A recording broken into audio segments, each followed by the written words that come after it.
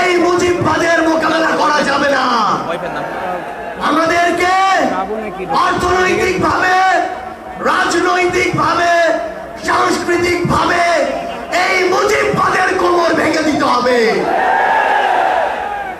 আমাদের মধ্যে রাজনৈতিক মতপার্থক্য থাকতে পারে, কিন্তু এই মুজিববাদের প্রশ্নে, এই স্বৈরাচারের প্রশ্নে অভ্যুত্থানের সকল শক্তিকে ঐক্যবদ্ধ থাকতে হবে।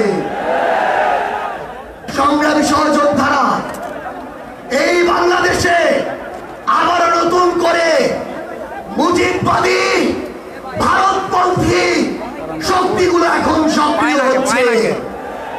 আমাদের মধ্যে মতপার্থক্য থাকতে পারে, কিন্তু এই বাংলাদেশে বাংলাদেশপন্থী ব্যতীত কোন দেশপন্থী, কোন বামপন্থী, কোন শক্তির আর জায়গা হবে না। সংগ্রামী সহযোদ্ধারা, এই বাংলাদেশে আর ভারতীয় আধিপত্যবাদের জায়গা হতে দেওয়া যাবে না। অন্য যে কোনো দেশের নামের কোন আধিপত্যবাদের জায়গা এই বাংলাদেশে হতে দেওয়া যাবে না। সংগ্রামী সহযোদ্ধারা, হাজারের অধিক ছাত্র জনতা জীবন দিয়েছে। আমার হাজার হাজার সহযোদ্ধা আজকে আমার সামনে রয়েছে। আমাদের একটা আকাঙ্ক্ষা ছিল, গত জুলাইয়ে ওই অগাস্টের 5 তারিখে আমাদের যে স্বপ্ন ছিল, আরেক অগাস্ট আসতে চলেছে, আমাদের সেই স্বপ্নগুলো পূরণ হয়নি। অন্তর্বর্তীকালীন সরকারের কাছে আমরা সুশীল সরকারের ভূমিকা চাই না। আমরা তাদেরকে অভ্যুত্থান পরবর্তী সরকারের ভূমিকায় দেখতে চাই। আমরা স্পষ্ট করে বলতে চাই, অভ্যুত্থান পরবর্তী বাংলাদেশে আমাদের বিচার লাগবে। এই বাংলাদেশে খুনি হাসিনার বিচার হতেই হবে। খুনি হাসিনার বিচারের রায় হতেই হবে। খুনি হাসিনার বিচারের রায়ের কার্যকর আমরা দেখতে চাই। আমরা স্পষ্ট করে বলতে চাই, এই বাংলাদেশে বিচার বিভাগকে কোন দলের বিচার বিভাগ হিসেবে আমরা দেখতে চাই না। আইন শৃঙ্খলা রক্ষাকারী বাহিনীকে ক্ষমতার তোষামত করা বাহিনী হিসাবে আমরা দেখতে চাই না। আমরা স্পষ্ট করে আপনাদেরকে বলি, ৭২-এর মুজিববাদী সংবিধানকে এক পাশে রেখে কোনদিন এই বাংলাদেশপন্থী বাংলাদেশ সম্ভব নয়।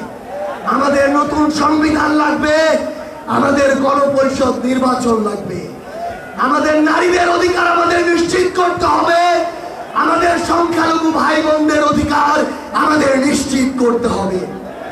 আমরা 1947 সালের উপনিবেশ বিরোধী যে আকাঙ্ক্ষা, ৭১-এর স্বাধীনতার যে আকাঙ্ক্ষা, ২৪-এর মুক্তির যে আকাঙ্ক্ষা, সেই আকাঙ্ক্ষাকে ধারণ করে ঐক্যবদ্ধভাবে আমাদের আগামীর বাংলাদেশ গড়তে হবে।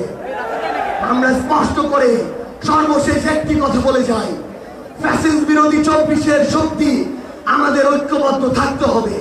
তবে ঐক্যবদ্ধ মানে এই নয় যে আমরা কারো অন্ধভাবে দালালি করব। কেউ যদি চাঁদাবাজি করে আমরা সেটা মুখের উপরে বলবো, কেউ যদি সিন্ডিকেট চালায় আমরা সেটাও বলবো, কেউ যদি দখলদারিত্ব করে আমরা সেটাও বলবো। তবে আওয়ামী লীগের প্রশ্নে আমরা ঐক্যবদ্ধভাবে আমাদের লড়াই চালিয়ে যাব।